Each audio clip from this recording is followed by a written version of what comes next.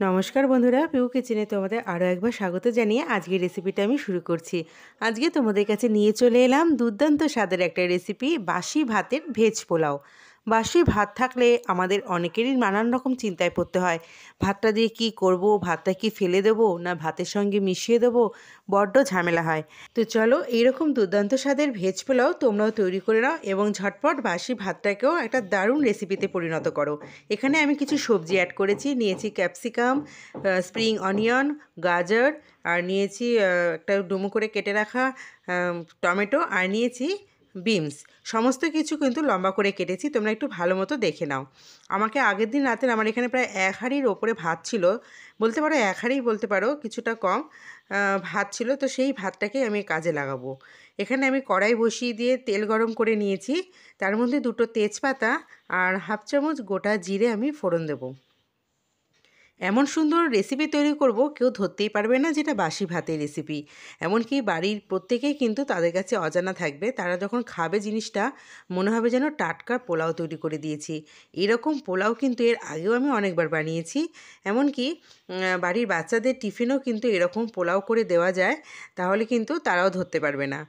তো আমার দেখো সমস্ত সবজিগুলো এইভাবে ভেজে নিচ্ছি। প্রথমে বিনস, গাজর, সমস্ত সবজি, ক্যাপসিকাম, অনিয়ন, কিন্তু স্প্রিং অনিয়ন সরি।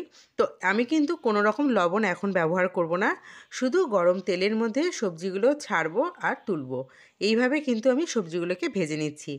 পোলাওতে কিন্তু সবজিগুলো একটু ভাজা হলে দেখতে ভালো লাগে, খেতেও ভালো লাগে।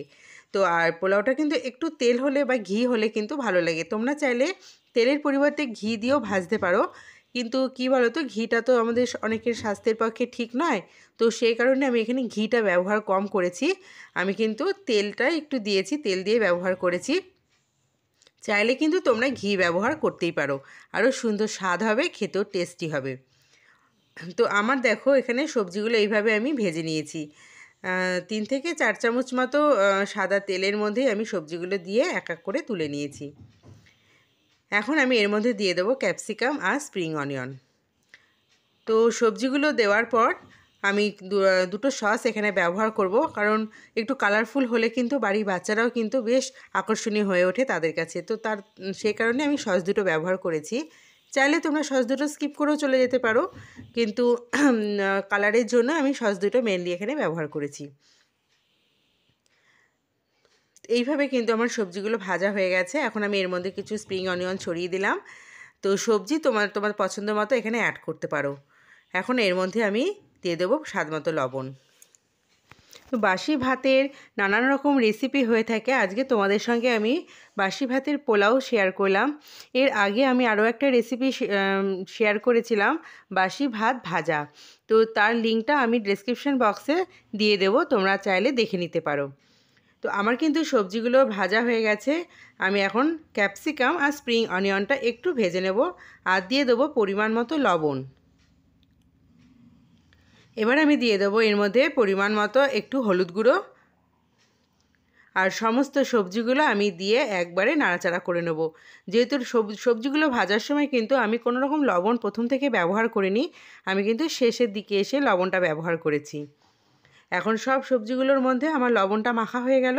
এখন আমি একটু পরিমাণ মতো হলুদ আর চিনি দিয়ে দিলাম। অবশ্যই যেহেতু এটা পোলাও, আমি কিন্তু 4 থেকে 5 চামচ চিনি ব্যবহার করেছি। আর চিনিটা যদি তোমাদের মনে হয় বেশি হয়ে যাচ্ছে, তোমরা চিনিটা স্কিপ করে যেতে পারো অথবা কমিয়ে দিতে পারো। যারা চিনি একদম পছন্দ করো না তারা কিন্তু কমিয়ে দিতে পারো। আর চিনিটা যারা পছন্দ করো তারা একটু চিনি ভাব থাকলে কি হবে, পোলাও তো খেতে ভালো লাগবে। তো আমার সমস্ত কিছু দেওয়া হয়ে গেছে, আর এখন আমি একটু নাড়াচাড়া করে এখন 2-3 মিনিট মতো একটু চাপা দিয়ে রাখবো। আর এর মধ্যে আমি দুটো সস মেশাবো। প্রথমে সস আমি দেবো হচ্ছে সুজিয়ান সস, সেটা 1 চামচ আমি দিলাম একটু ঝাল ঝাল হওয়ার জন্য। আর দেবো হচ্ছে ডার্ক সয়া সস, সেটা আমি দেবো এখানে প্রায় 2 চামচ মতো। দুটো সসই কিন্তু তোমরা মার্কেটে পেয়ে যাবে অ্যাভেলেবেল। তো আমি 2 থেকে 3 চামচ মতো দিয়েছি, একটু কালারটা খুব সুন্দর আসবে। যেহেতু সেদ্ধ চালের বাসি ভাতের মানে বুঝতেই পারছো, বাচ্চাদের কাছে লোভনীয় করে তোলার জন্য কিন্তু এই সসগুলো আমি ব্যবহার করেছি। বাচ্চাদের কাছে একটু কালারফুল হলে কিন্তু বাচ্চারা ধরতে পারে না বা বাড়ির কেউই ধরতে পারবে না, চটজলদি তারাও খেয়ে নিতে পারবে। তো কালারফুল করার জন্য কিন্তু আমি এখানে সস ব্যবহার করেছি। তোমাদের যদি মনে হয় তোমরা সসটা স্কিপ করে যেতে পারো।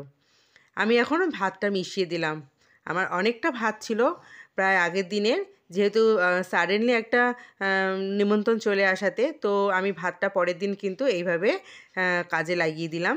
তো চটজলদি তোমরাও কিন্তু এরকম কাজে লাগিয়ে দিতে পারো যদি আগের দিনের বাসি ভাত থেকে থাকে। আজকের এই রেসিপিটা তোমাদের কেমন লাগলো অবশ্যই কিন্তু সেটা কমেন্টস বক্সে জানিও। আর ভালো লাগলে অবশ্যই লাইক করো, কমেন্ট করো, শেয়ার করো বেশি বেশি করে, যাতে আরও অনেকেই রেসিপিটা তাদের কাছে চলে যায় এবং তারাও যেন জানতে পারে যে বাসি ভাত দিয়ে এত দুর্দান্ত একটা সুন্দর রেসিপি তৈরি করা যায়।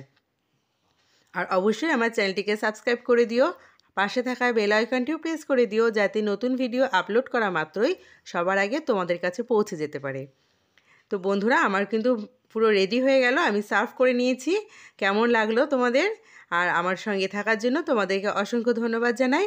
তোমরাও ভালো থেকো, সুস্থ থেকো। দেখা হচ্ছে আগামী পর্বে নতুন রেসিপি নিয়ে। আজকের মতো আমি এখানেই শেষ করলাম। আমি কিন্তু বাসি ভাতের সঙ্গে একটা দারুণ জিনিস খাবো বলে রেডি করে ফেলেছি, চিকেন মাঞ্চুরিয়ান, যেটা ঠিক আগেই আমি তোমাদের সাথে শেয়ার করেছি। তার লিঙ্কটাও কিন্তু আমি ডেসক্রিপশন বক্সে দিয়ে দেবো। চিকেন মাঞ্চুরিয়ানের সঙ্গে এরকম বাসি ভাতের পোলাও, তার সঙ্গে স্যালাড, দুর্দান্ত লাগছে খেতে। কম্বিনেশনটা কিন্তু দারুণ লাগছে। তো চলো আজকের মতো এখানে শেষ করছি। টাটা।